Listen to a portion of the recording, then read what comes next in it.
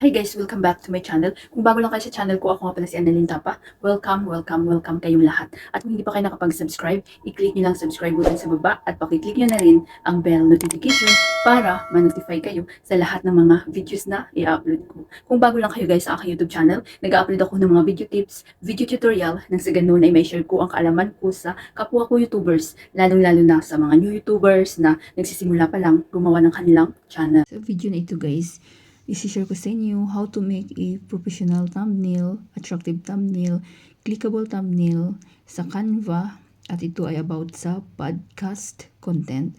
So kapag yung content nyo is about podcast, so para sa inyo to guys. And take note, so hindi lang kayo dito makakagawa ng thumbnail about podcast. So marami na rin akong ginawang mga thumbnail about tutorial, cooking, travel, horror content, about gardening, at marami pang iba. So, i-check nyo na lang guys sa aking tutorial playlist. So, pag na-install nyo na ang Canva, so ito yung itsura niya guys. I-open na natin. Pwede siya sa Android, pwede siya sa iPhone. Ang gamit ko always is Android. So, pag baguhan lang kayo sa Canva, mag-sign up lang kayo gamit ang inyong Gmail or Facebook. So, ang gamit ko guys is Gmail. So, tapusin yung video na ito guys. I-share ko na rin sa inyo kung paano ito ilagay sa inyong mga videos. So, dito sa taas itong search box. So, what would you like to create? So, i-type natin dito kung ano yung topic natin. So, YouTube thumbnail for podcast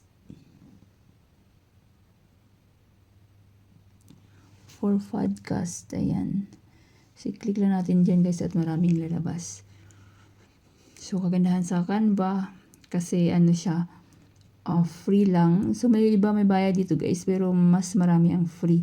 So, wag nyo lang piliin yung mayroong crown na sign. Kasi kapag may crown na sign, so ibig sabihin may bayad yan. So, yan guys. Pili lang kayo. Yan, kung ano yung bet nyo. Ayan. So, super dami dyan. So, ang gaganda. Mahalaga kasi nalagyan natin ng thumbnail ang ating mga videos.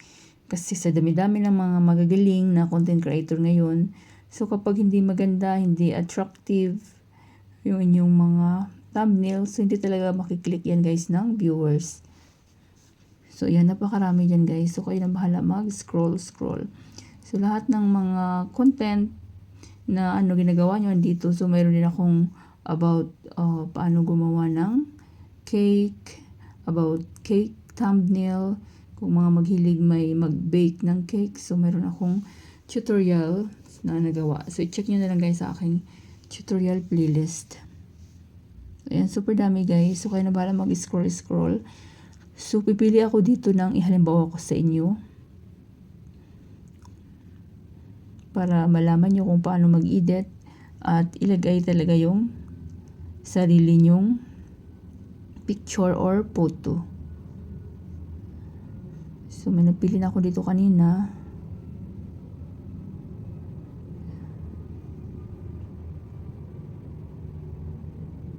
So, ito pwede rin siya guys. Ayan. Pwede na natin itong piliin. Maganda din siya. So, halimbawa ito yung piliin natin. So, i-click lang natin yung guys. So, ayan, dito na tayo. So, pag na-click nyo, so, dapat guys, mayroon na kayong naka-reading picture or photo sa inyong mga mobile or gallery na nakasuot ng podcast. Gaya nito. So, dahil ako guys, hindi naman podcast yung aking topic. So, wala akong picture guys, pero ipapakita ko lang sa inyo kung paano ito palitan ng sarili nyong photo. So, halimbawa sarili nyong photo, ilagay nyo dito. So, i-click nyo lang yan. So, i-click nyo to guys, tong photo, para mapalitan natin ang sarili nating picture.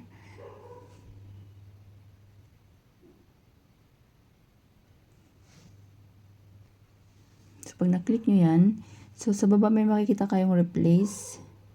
Ayan. Then, mapupunta tayo sa ating gallery. So, maghanap ako dito guys ng photo na ihalimbawa ko sa inyo.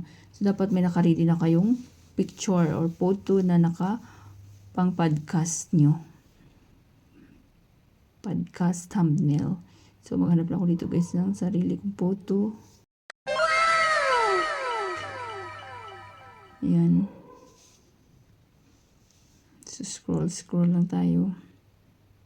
Super dami ng laman ng aking gallery. Need ko na mag-delete guys.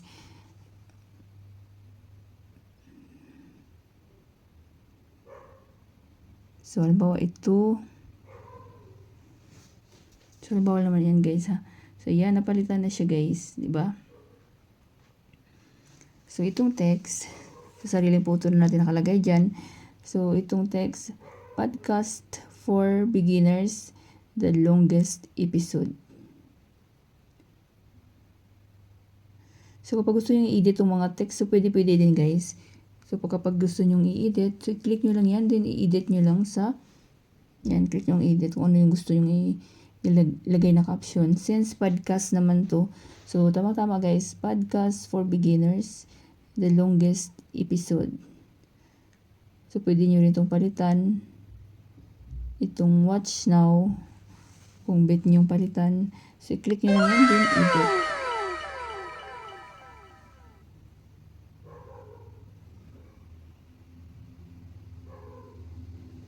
Edit. Yan. So, halimbawa, Ana Lin. Ayan. Tapa. O, diba? So, pinakita ko lang sa inyo kung paano palitan or paano i-edit yung text. So, ganun din guys kapag dito. Ayan. So, ito hindi na siya pwedeng mapalitan. So, itong mga the longest episode, so pwede na siyang palitan guys. Podcast for beginners. So, ipapakita ko sa inyo kung paano siya i-edit para malaman nyo. So, i-click nyo lang yan. Halimbawa, the longest episode. So, palitan natin ng, kasi may nakalagay ng ano guys. So, click nyo lang yan. Ayan, i-X nyo lang. So, podcast for beginners. Please follow and like.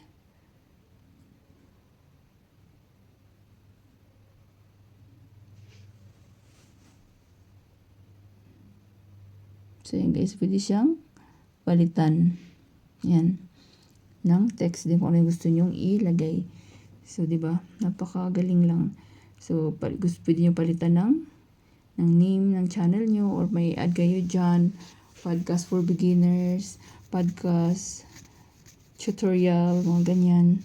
So, pag okay na kayo guys, nakita nyo itong arrow pababa, i-click nyo lang yan. Then, wait lang natin siya na ma-download. So, kagandahan dito sa Canva, napakabilis niya guys ma-download. So, ayan, huwag natin ipakita kasi bawal minsan yung ipinapakita na dina-download natin kay Lolo. So, minsan alam mo nyo naman si Lolo is napaka-strict. Susundin na lang natin. So, wait lang natin guys hanggang ma-complete download. So, ayan guys, complete download na. So, exit na tayo dito. So, check natin sa gallery. So, make sure na nakasave siya. Para hindi tayo napabalik-balik ng work. So, ayan na siya guys, di ba? Sarili na nating photo nakalagay dyan. So, dapat kapag pang podcast talaga yung content niya, so, dapat naka-headset din kayo guys. Headphone. So, exit na tayo dito. Punta na tayo sa YT Studio. So, ito guys, ang YT Studio, sa hindi pa nakalam, si Lulu din may-ari nito. Pinapagamit niya sa ating mga content creator para mapadali yung ating work. Kasi dito na rin ako nag-upload ng videos ko. Nag-i-edit ng mga title, description, tags. So, napaka galing. At pwede na rin tayo dito mag-delete ng mga comment ng ating viewers or mag-reply ng mga comment. So, pag na-install nyo na to guys, so install nyo na, then i-open na natin. So, wait lang natin guys.